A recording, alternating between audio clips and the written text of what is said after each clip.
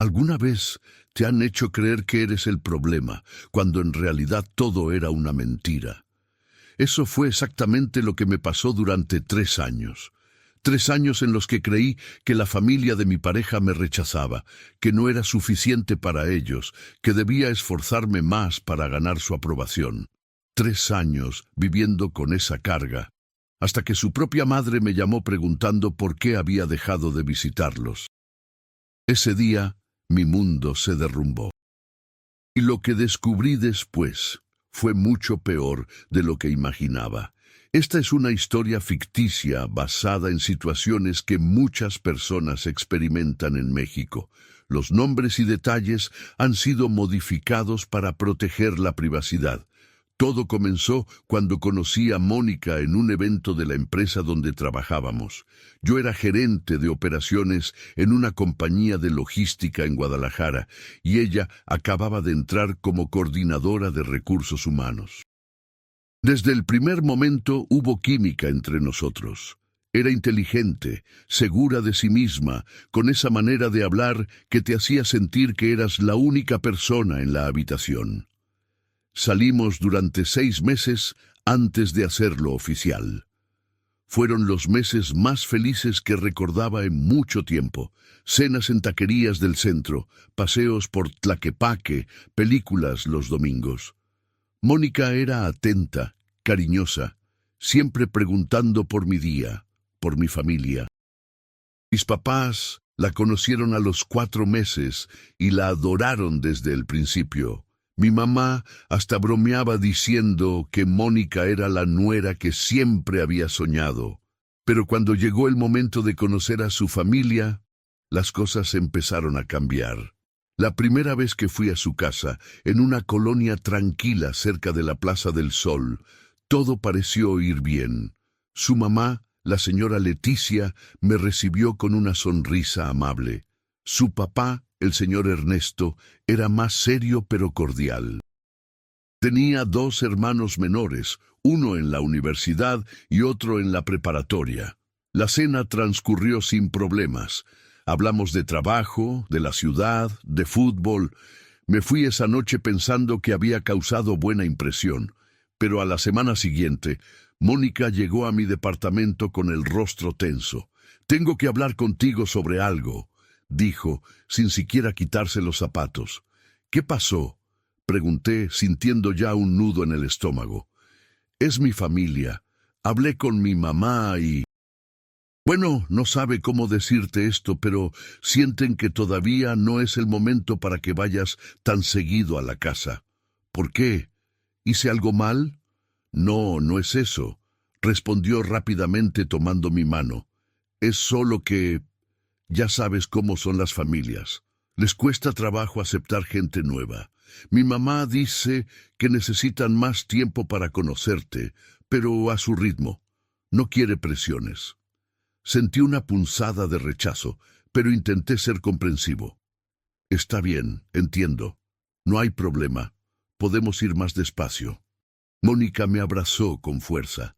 «Sabía que lo entenderías, por eso te amo. Dame un poco de tiempo y verás que todo se arregla».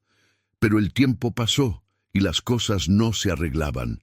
Cada vez que sugería visitarlos, Mónica tenía una excusa: que su papá estaba cansado del trabajo, que su mamá no se sentía bien, que sus hermanos tenían exámenes. Poco a poco fui dejando de preguntar. Los meses se convirtieron en 1 año y luego en 2. Mónica y yo nos mudamos juntos a un departamento en Providencia. La relación en general iba bien, pero había una sombra constante: su familia. Ella los visitaba sola casi todos los domingos. Al principio me invitaba, pero siempre agregaba: «Aunque mi mamá dice que mejor no, que todavía no están listos». Con el tiempo, dejó de invitarme por completo. Si esta historia te está resonando, suscríbete a Casos de la Vida, narrado, y activa la campanita para no perderte ningún caso. Comenta desde dónde nos ves. Yo intentaba compensar esa ausencia siendo el mejor novio posible. Cocinaba para ella, la apoyaba en sus proyectos, escuchaba sus problemas, pero por dentro esa sensación de rechazo me carcomía. ¿Qué tenía de malo? Era mi trabajo, mi familia, mi apariencia. Mónica siempre me decía que no era nada personal, que su familia era así de cerrada, que ya cambiarían con el tiempo. Mi mamá todavía pregunta por ti, me decía a veces, pero dice que es mejor esperar a que las cosas fluyan naturalmente. Yo asentía, tragándome la frustración. Las cosas empeoraron cuando propuse matrimonio. Era nuestro tercer aniversario y lo había planeado todo. Una cena romántica en un restaurante con vista a la ciudad, el anillo que había estado pagando durante meses. Cuando Mónica dijo que sí, lloró de felicidad. Esa noche fue perfecta. Pero al día siguiente, cuando hablamos de contarle a nuestras familias, su expresión cambió. «Omar, necesito pedirte algo», dijo, mirándome con seriedad. «Todavía no le digas a mis papás del compromiso». «¿Por qué no?», pregunté confundido. Pensé que estarían contentos, y lo van a estar, pero ya sabes cómo son. Necesito prepararlos primero. Mi mamá siempre ha sido muy tradicional. Quiere que las cosas se den de cierta manera. Mónica, llevamos 3 años juntos. ¿Cuánto tiempo más necesitan? No empieces con eso, por favor, respondió, con un tono que no admitía réplica. Confía en mí. Yo sé cómo manejar a mi familia.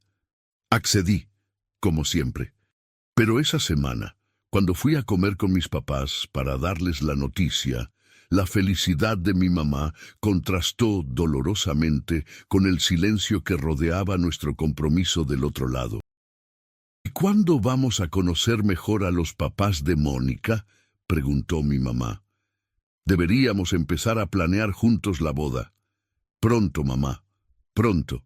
Pero sabía que eso no iba a pasar. Pasaron otros 6 meses. Mónica finalmente les dijo a sus papás sobre el compromiso, pero yo no estuve presente. Me enteré por ella que su mamá había reaccionado con sorpresa y que su papá había dicho que esperaba que yo supiera lo que hacía. Ni siquiera una llamada de felicitación. Nada. ¿Ves por qué no quería decirles todavía?, dijo Mónica frustrada. Te lo dije, no están listos para aceptarte. Esa noche me quedé despierto hasta tarde, mirando el techo, preguntándome qué demonios estaba haciendo mal. ¿Era mi forma de vestir?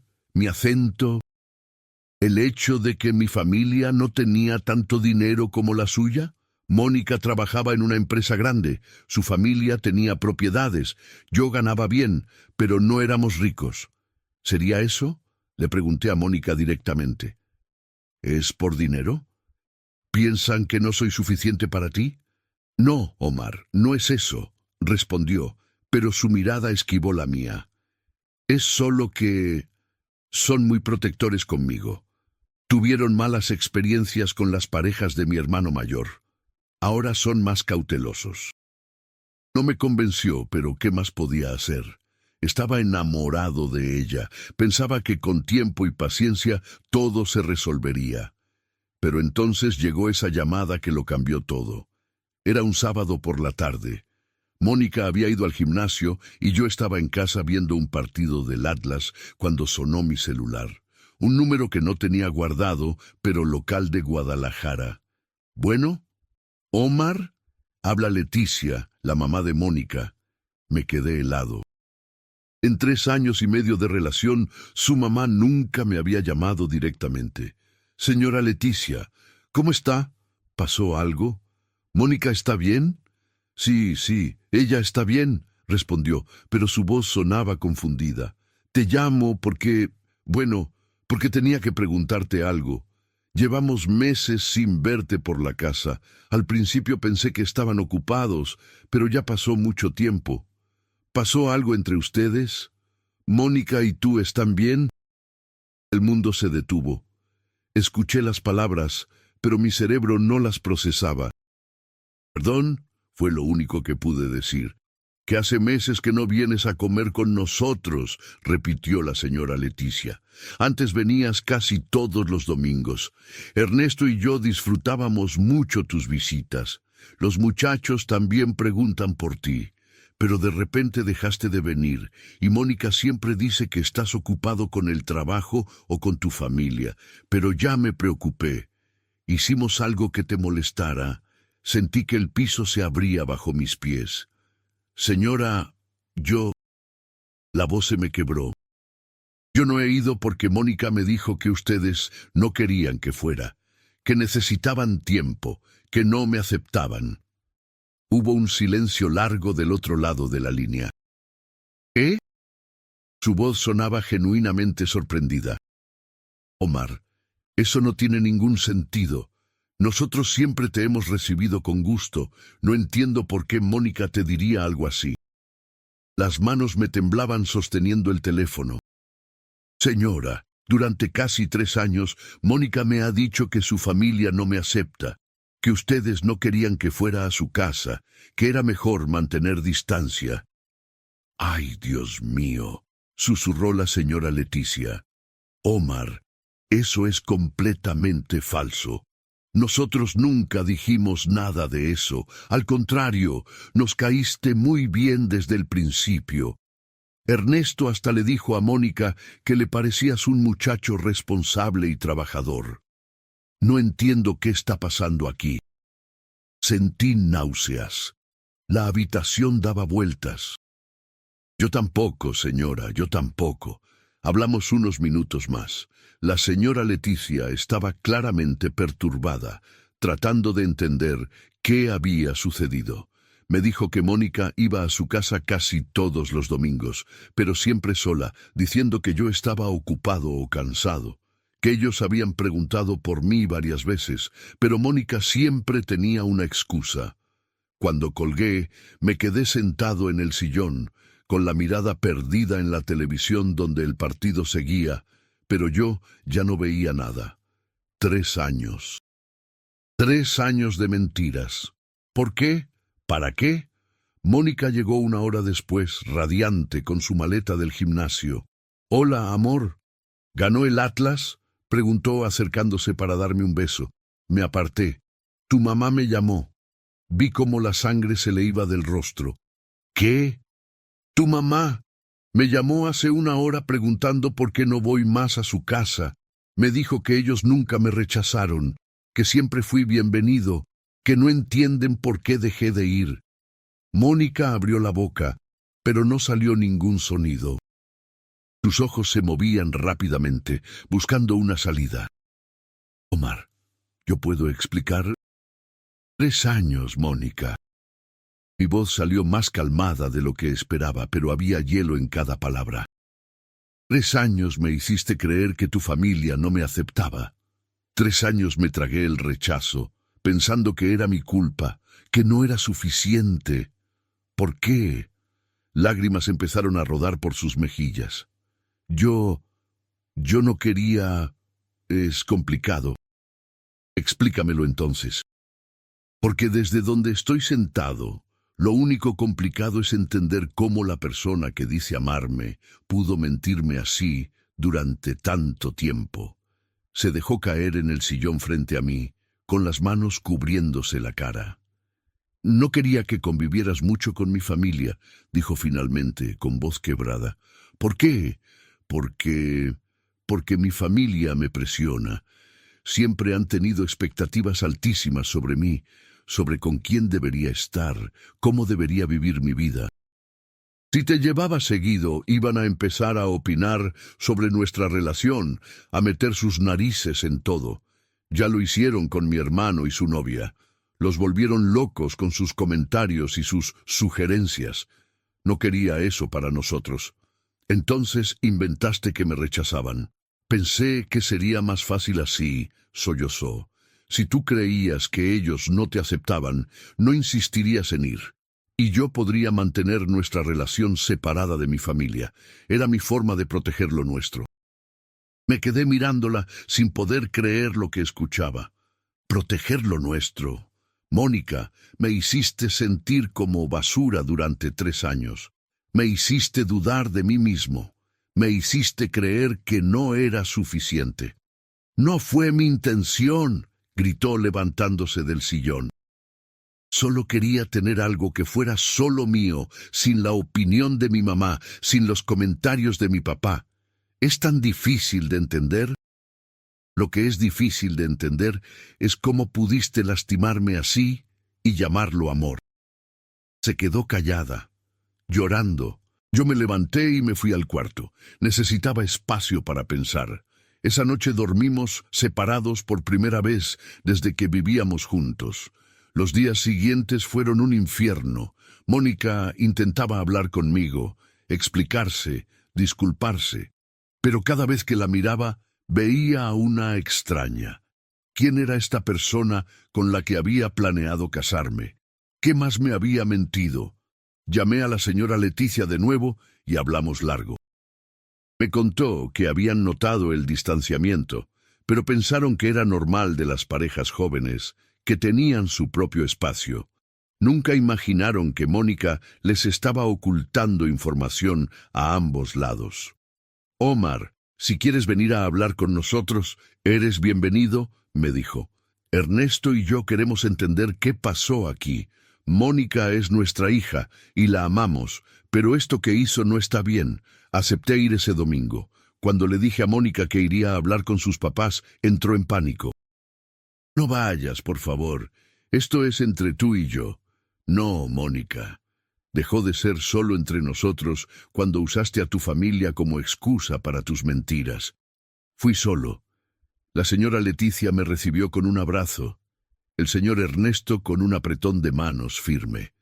Nos sentamos en la sala y hablamos durante horas. Les conté todo, cada mentira, cada excusa, cada vez que Mónica me había hecho creer que no era bienvenido. El señor Ernesto estaba furioso. Esa muchacha siempre ha sido controladora, pero esto ya es demasiado, dijo con el rostro rojo. Leticia, ¿tú sabías algo de esto? Nada, Ernesto. Nada, respondió su esposa con los ojos llorosos. Omar, de verdad lo sentimos mucho. Si hubiéramos sabido... No es culpa de ustedes, señora. Ustedes no hicieron nada malo. Déjanos en los comentarios qué harías tú en esta situación. A veces saber que no estamos solos hace toda la diferencia. Esa conversación fue liberadora, pero también dolorosa. Me di cuenta de que la familia que supuestamente me rechazaba, en realidad me había aceptado desde el principio. Y la persona en la que confiaba, la que se suponía me amaba, había construido todo un muro de mentiras para mantenerme alejado. Cuando regresé al departamento, Mónica estaba esperándome en la sala. ¿Ya estás contento? ¿Ya envenenaste a mi familia contra mí? No tuve que envenenar nada, Mónica. Tus mentiras hablan por sí solas. ¿Y ahora qué? ¿Vas a terminar conmigo por un error? ¿Un error? Repetí incrédulo. Mónica, esto no fue un error. Un error es olvidar una fecha o decir algo sin pensar.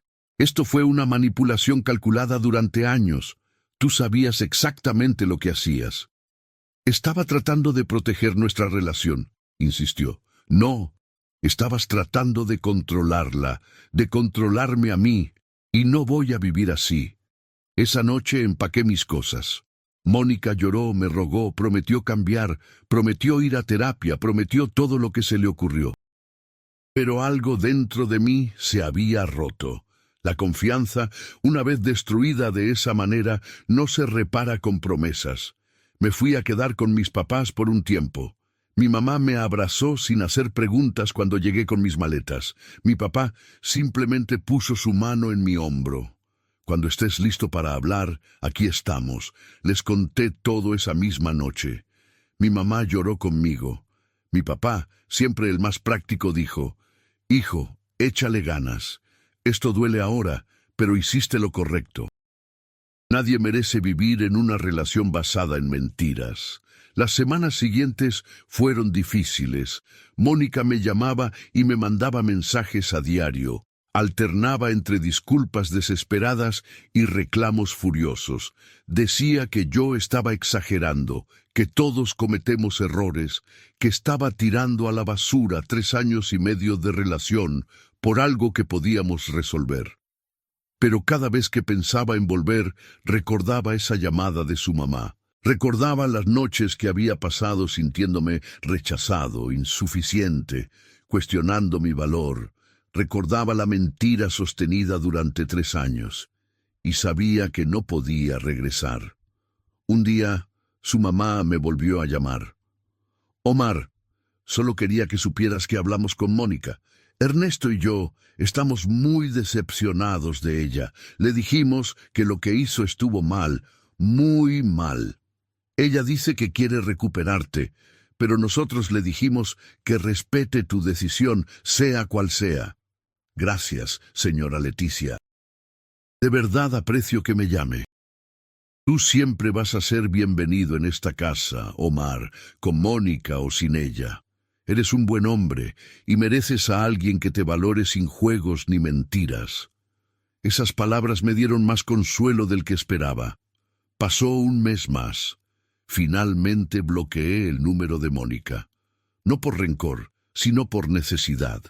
Necesitaba sanar y no podía hacerlo mientras ella seguía intentando regresar a mi vida con la misma manipulación emocional de siempre. Busqué terapia. Un psicólogo en una clínica cerca de mi trabajo. Las primeras sesiones fueron duras. Hablar de la relación, de cómo me había hecho sentir, de cómo había dudado de mí mismo durante tanto tiempo. Mi terapeuta me ayudó a ver patrones que no había notado antes, cómo Mónica siempre necesitaba tener el control, cómo desviaba la culpa cuando la confrontaba, cómo utilizaba mis inseguridades para mantenerme en línea. Esto se llama gaslighting, me explicó el psicólogo. Es una forma de manipulación psicológica donde la persona te hace dudar de tu propia percepción de la realidad. Te convenció de que el rechazo de su familia era real, cuando en realidad solo existía en su narrativa. Escuchar eso fue como encender una luz en una habitación oscura. Finalmente tenía palabras para lo que había vivido. 3 meses después de haberme ido, me encontré con uno de los hermanos de Mónica en una tienda, Iván, el que estaba en la universidad. Se acercó con expresión incómoda. Omar, ¿puedo hablar contigo un momento? Claro. Solo quería decirte que... Bueno, que todos en la casa sabemos lo que pasó y que la mayoría estamos de tu lado. Lo que hizo mi hermana estuvo muy mal. Yo siempre pensé que eras buena onda y nunca entendí por qué dejaste de venir. Ahora sí tiene sentido. Gracias, Iván. Eso significa mucho. Mónica no está bien. Dice que cometió un error y que tú no la perdonas. Pero mi mamá y mi papá le dijeron que no fue un error. Fue una decisión que tomó durante años. Creo que finalmente está empezando a entenderlo. Espero que pueda aprender de esto, dije sinceramente. No le deseo nada malo. Eres mejor persona que yo, respondió Iván con una sonrisa triste. Si me hubieran hecho eso, no sé si podría ser tan tranquilo al respecto. Nos despedimos y seguí con mi día. Pero esa conversación me hizo darme cuenta de algo. Ya no estaba enojado. La rabia que había sentido al principio se había transformado en algo más parecido a la tristeza, por lo que pudo haber sido, y no fue. El trabajo fue mi refugio durante esos meses. Me concentré en proyectos nuevos. Acepté responsabilidades extra. Incluso empecé a considerar una oferta de trabajo en Monterrey. Mis amigos, que habían estado preocupados por mí, empezaron a notar el cambio. «Te ves mejor, carnal», me dijo Benjamín, mi mejor amigo desde la universidad, durante una carne asada. Más ligero, no sé, como si te hubieran quitado un peso de encima. «Porque me lo quitaron», respondí. No me había dado cuenta de cuánto cargaba hasta que dejé de hacerlo. 6 meses después de la separación, mis papás organizaron una comida familiar. Mis tíos, mis primos, todos. Fue una tarde agradable, llena de risas y comida casera. Mi mamá había hecho pozole y mi tía Claudia llevó pan dulce de una panadería nueva. En un momento, mi prima Renata, que siempre había sido como mi hermana menor, se sentó junto a mí. «Primo, te veo bien. Me da gusto». «Gracias, Rena». «¿Sabes qué es lo que más me impresionó de todo esto?», continuó. «Que tuviste el valor de irte.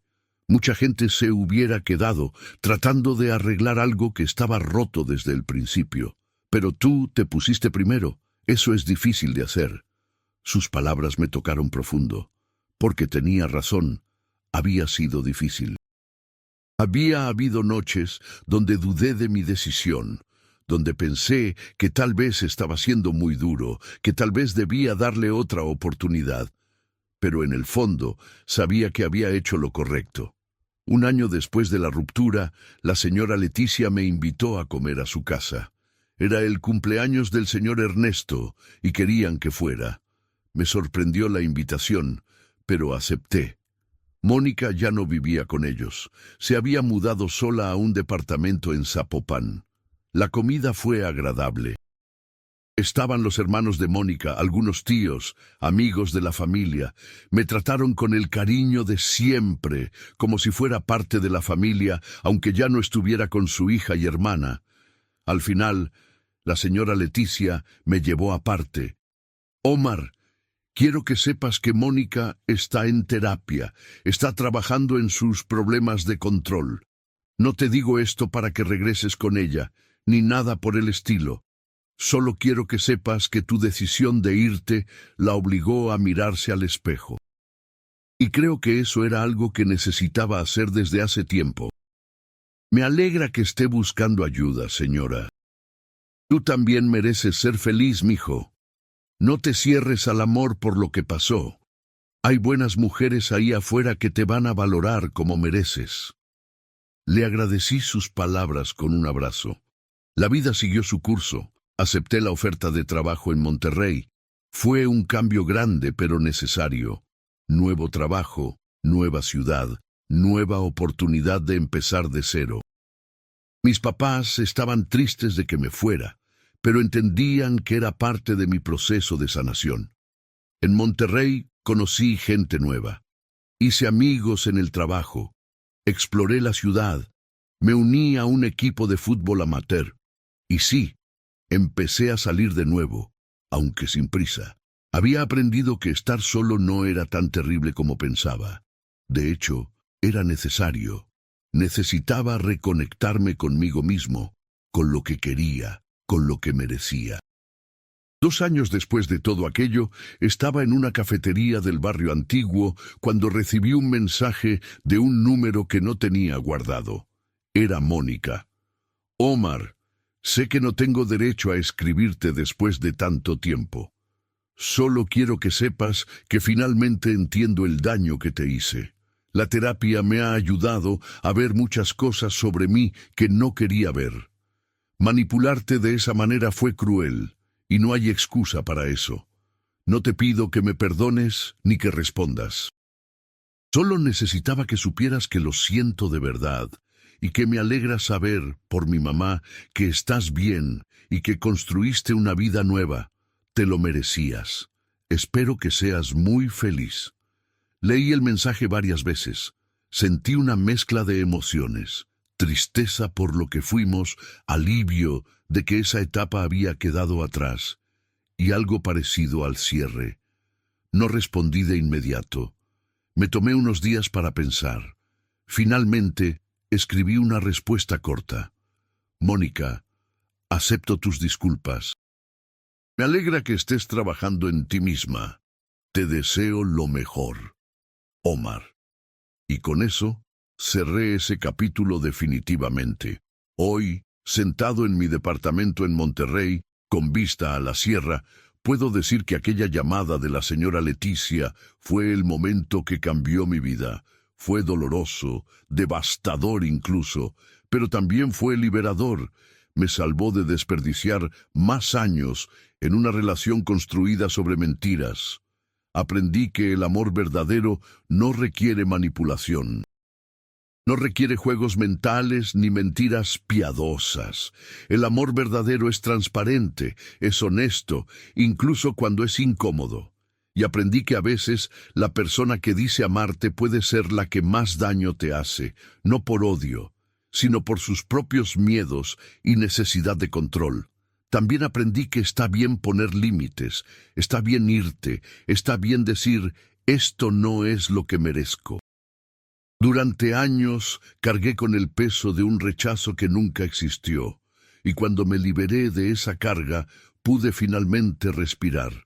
La familia de Mónica sigue en contacto conmigo de vez en cuando. Un mensaje en Navidad, una felicitación de cumpleaños. Son buenas personas que quedaron atrapadas en las mentiras de su hija, igual que yo. Y aunque Mónica y yo nunca volveremos a estar juntos, no guardo rencor. Solo gratitud de que todo salió a la luz antes de que fuera demasiado tarde, antes de un matrimonio, antes de hijos, antes de que las mentiras se volvieran aún más complicadas de desenredar. Si hay algo que quiero que quede de mi historia, es esto. Si algo en tu relación no se siente bien, si hay secretos, si sientes que estás caminando en terreno inestable sin saber por qué, confía en tu instinto. Y si descubres que te han mentido de manera sistemática, recuerda que tú mereces mejor. No importa cuánto tiempo hayas invertido, no importa cuánto ames a esa persona, tu dignidad y tu paz mental valen más que cualquier relación. Hoy estoy bien, tengo un buen trabajo, buenos amigos, una familia que me apoya. ¿He vuelto a enamorarme? Todavía no. Pero estoy abierto a esa posibilidad cuando llegue el momento correcto, con la persona correcta. Una persona que no necesite mentir para sentirse en control. Una persona que vea el amor como un equipo, no como un juego de ajedrez, donde siempre tiene que tener la ventaja. Y cuando esa persona llegue, voy a estar listo. Porque ahora sé lo que merezco. Ahora sé lo que es el amor verdadero. Y más importante aún, ahora sé lo que no es. Así es la vida. A veces te pone en situaciones donde pensabas que eras el problema, que no eras suficiente, que tenías que esforzarte más para ganar la aprobación de otros. Entonces descubres que todo era una ilusión, una mentira construida para mantenerte en un lugar donde alguien más pudiera controlar la narrativa. Pero cuando finalmente ves la verdad, aunque duela, aunque destroce todo lo que creías saber, esa verdad te libera. Y en esa libertad puedes empezar de nuevo. Puedes construir algo mejor, algo real, algo basado en la honestidad y el respeto mutuo. Esa llamada de la señora Leticia no solo reveló las mentiras de Mónica. Reveló mi propio valor, mi propia fuerza, mi capacidad de elegirme a mí mismo cuando era necesario. Y por eso, aunque el camino fue doloroso, no me arrepiento de nada. Porque al final, lo que se siembra se cosecha. Mónica sembró mentiras y cosechó soledad. Yo sembré paciencia y respeto, y aunque tardó, coseché la verdad y la oportunidad de empezar de nuevo. Y eso vale más que cualquier relación basada en ilusiones.